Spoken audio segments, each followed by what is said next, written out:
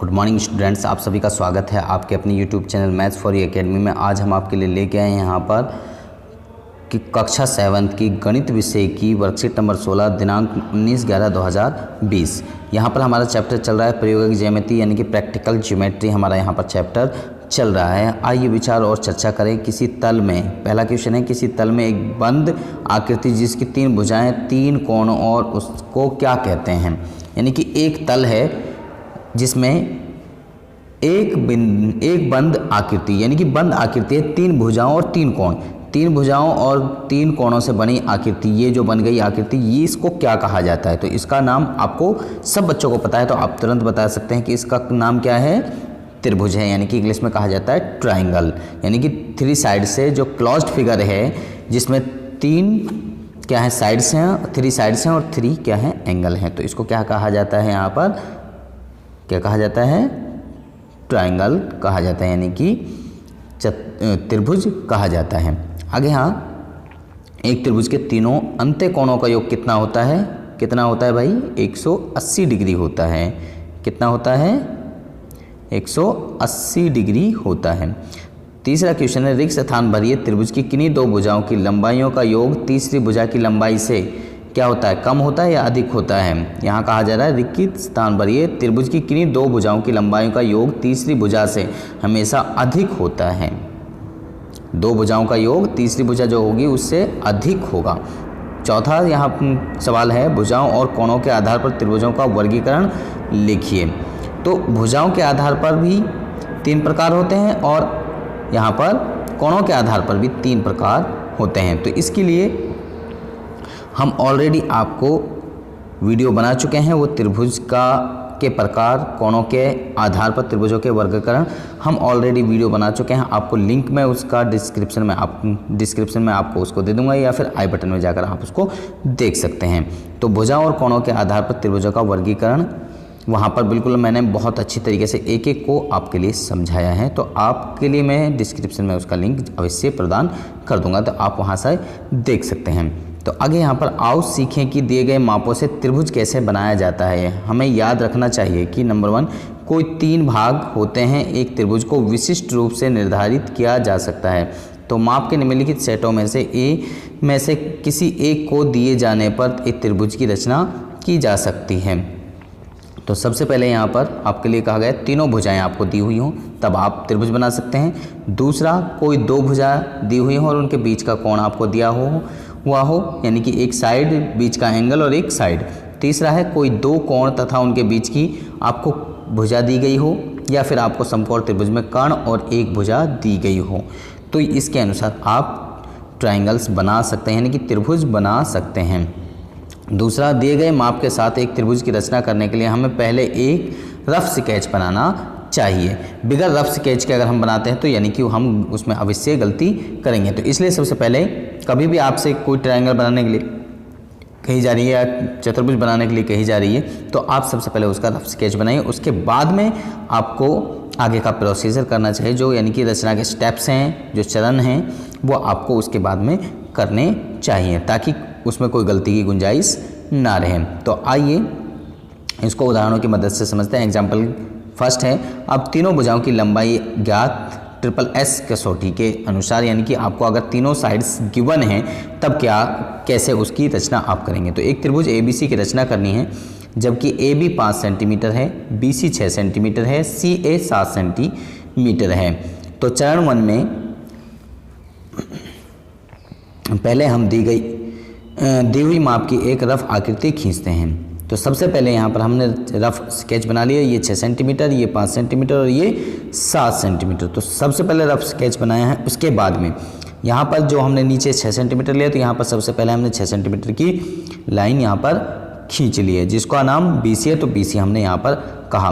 दूसरे चरण में यहाँ पर आप देख सकते हैं, दूसरे चरण में यहाँ पर चरण नंबर 2, 6 सेंटीमीटर लंबाई का एक रेखाखंड BC खींचिए। यहाँ पर हमने लिखा चरण नंबर 3, बिंदु B से बिंदु A तक 5 सेंटीमीटर की दूरी पर अतः बी को केंद्र मानकर 5 सेंटीमीटर त्रिज्या लेकर एक चाप खींचनी है।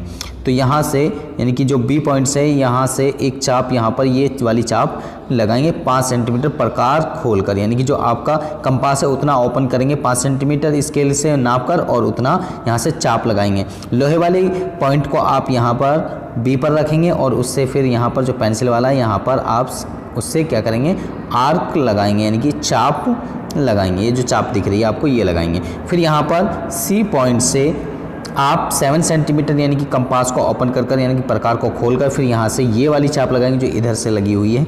यहाँ पर जहाँ जिस पॉइंट पर ये दोनों के दोनों काट रहे हैं उस पॉइंट का हम कोई भी नाम दे सकते हैं इनके अलावा। लेकिन यहाँ पर जो हमें त्रिभुज के अंदर जो नाम तीसरा दिया हुआ है, यहाँ अगर बी आ गया यहाँ सी आ गया तो तीसरा नाम यहाँ पर जो होगा वो ए ही होगा। तो यहाँ पर फिर इसको इससे मिला दिया, यहाँ पर जैसे आपको दिखाया भी गया है। तो यहाँ पर मिलाने के बाद में ये जो त्रिभुज आपकी बनी है ये बिल्कुल आपकी एक्यूरेट त्रिभुज होगी। तो चरण नंबर 5, यह दोनों मापों का प्रतिच्छेद बिंदु ए है। ए बी और ए सी को जोड़िए और त्रिभुज ए बी सी आपकी क्या हो गई, तैयार हो गई। तो बिल्कुल आप एक्यूरेट बना सकते हैं, लेकिन उसके लिए आपके पास में कंपास प्रकार, आपके पास में प्रकार जो है वो होना चाहिए और स्केल आपके पास में होना चाहिए, यानी कि जिसको हिंदी में पैमाना कहा जाता है। तो अगर वो आपके पास नहीं है तो आप इनको सही सटीक नहीं बना सकते हैं। तो सटीक तभी बना सकते हैं तब आपके पास में यानी कि ये 3-4 चीज़ें आपके पास में ज्योमेट्री बॉक्स यानी कि आपके पास में होना चाहिए, तभी आप बना सकते हैं। तो चलिए आगे हम यहाँ आपको बताते हैं।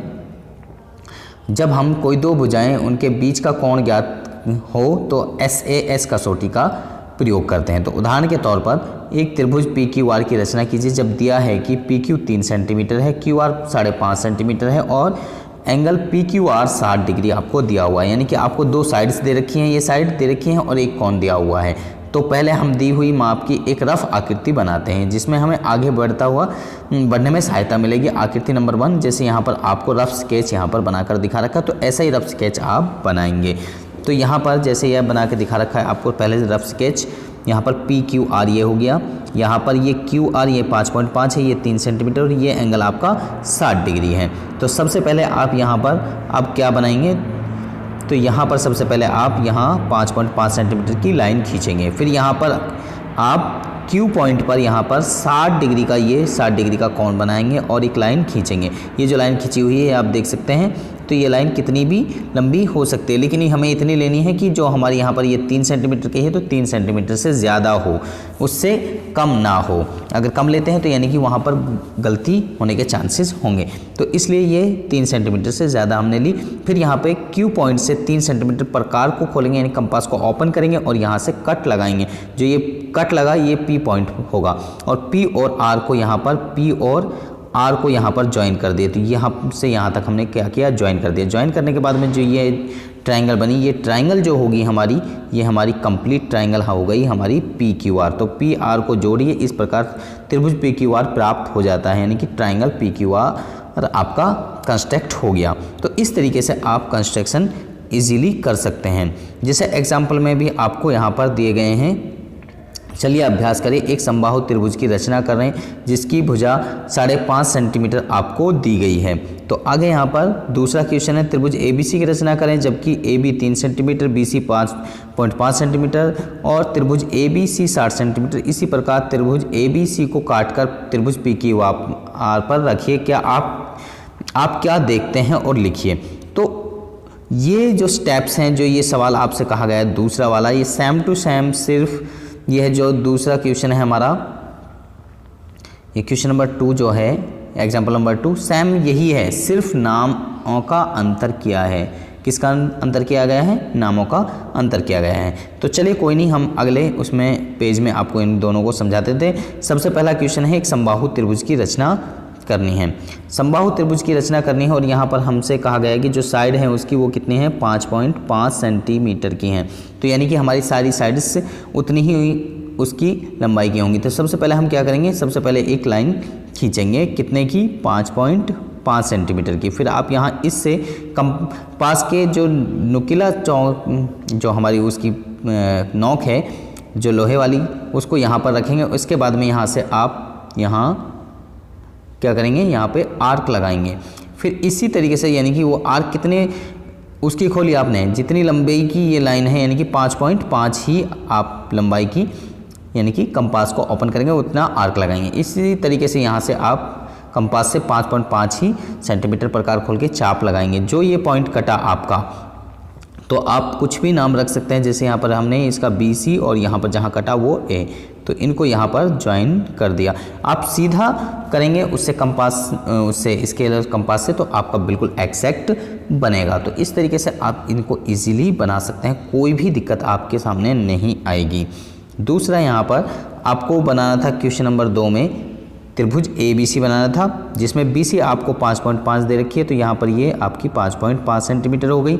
इसके बाद में यहाँ पर ये B और ये C, एंगल B आपको यहाँ पर 60 डिग्री दिया हुआ है, तो सबसे पहले यहाँ पर आप 60 डिग्री का